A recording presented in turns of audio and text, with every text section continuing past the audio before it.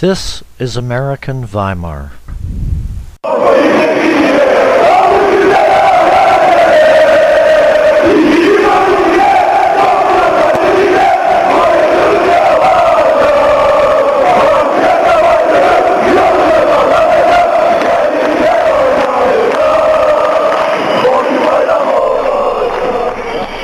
Capitalism has painted itself into a corner.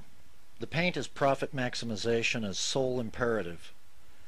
The corner is insurmountable growth and its institutional attendance of bureaucratic complacency, moral contamination, and economic corruption.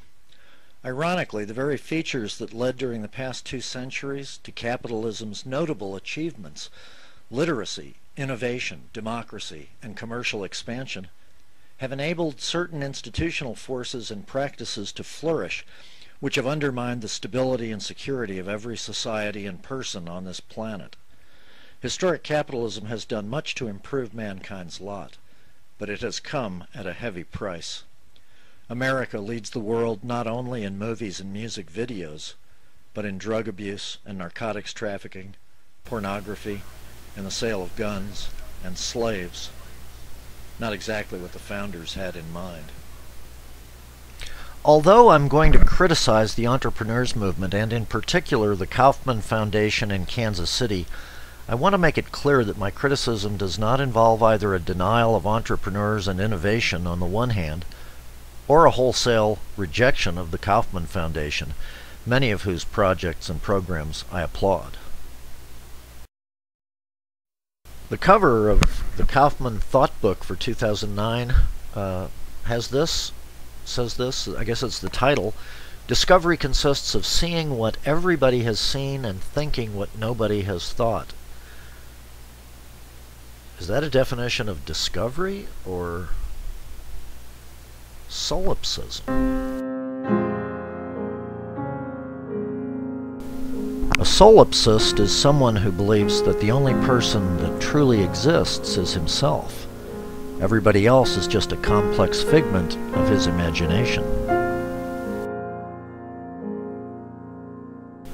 By exporting capitalism and targeting economic markets globally, we have inadvertently invited an irreversible and unceasing future paradigm of ever-increasing competition for ever-shrinking market share. The only meaningful question about globalization is, what sort of globalization do we want? What exactly do we want to see expand and grow?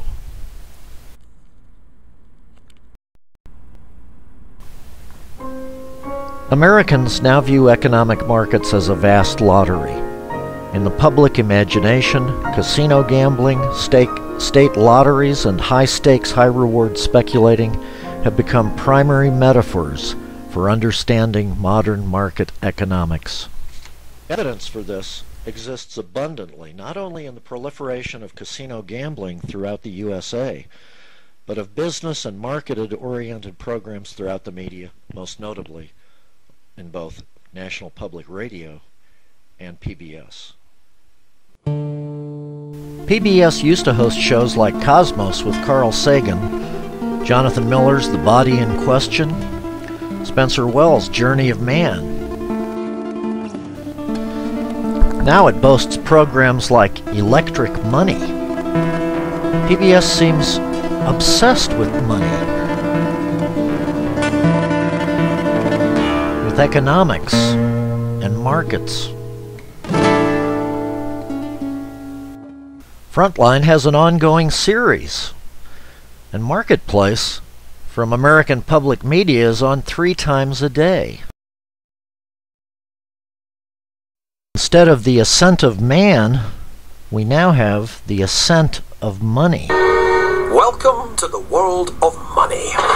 Bread, cash, dosh, dough, loot, lucre, mullah, the readies, the wherewithal.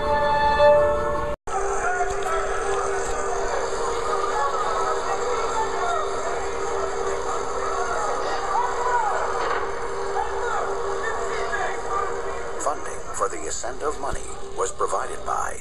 My idea created jobs for 2,000 people. My idea will bring renewable energy to everyone.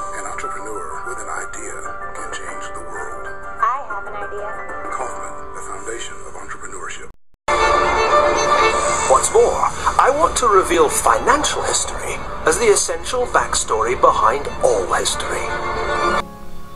Entrepreneurship fails as an economic vision because it is based not on the truism that anyone may become a millionaire, but rather the lie that everyone can do so, that there is a marketing formula or secret recipe to guarantee success in business.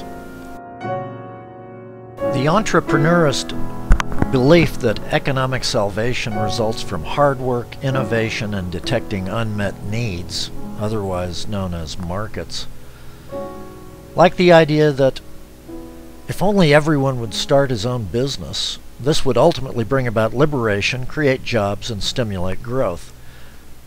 This is pretty much a lie. It's no surprise that organizations like the Kauffman Foundation, various business incubators, and business schools all over the country are on board with this latest incarnation of the American gospel of success, which remains a doctrine of social Darwinism, if not outright hucksterism.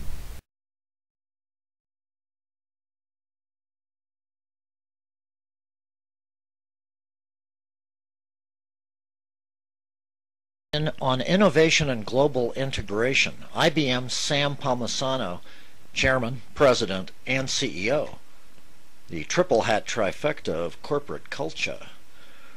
Sam writes that, quote, innovation and global integration are two sides of the same coin. Global integration is the new playing field, and innovation is how you win the game. What kind of coin is that? So one side of the coin is a playing field, and the other side is how you win the game? Well, Sam needs more than a refresher course in mixed metaphors and coins. He states that the globally integrated enterprise, capital G, capital I, capital E, or GE, I guess, I think he coined that phrase, it's very different from the multinational. Well, here's how different it is. Global integration is nothing other than vertical integration on a global scale. And vertical integration, you may remember, is where, to quote Ted Nace's Gangs of America, quote, an oil company owns the wells, the refineries, and the gas stations. Well, now, where does all this leave the small business or individual entrepreneur? According to Sam, floating on the, quote, vast ocean of a new global economy, unquote, where drowning is the most likely outcome. He also says nations and large companies can look out for themselves. Well, sure they can, Sam. Just like the USA, Greece, Ireland, Britain, Enron, AIG, American Airlines. Shall I go on? For Sam, it all comes down to, quote, how the individual competes and wins in a global economy, unquote. But if some individuals win, others have to lose. All this bullshit is pretty iffy.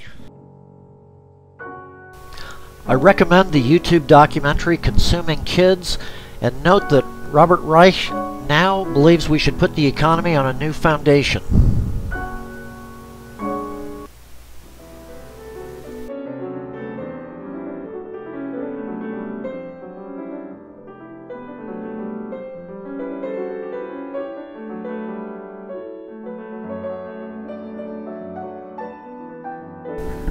Putting the global economy on a new foundation next time on American Weimar.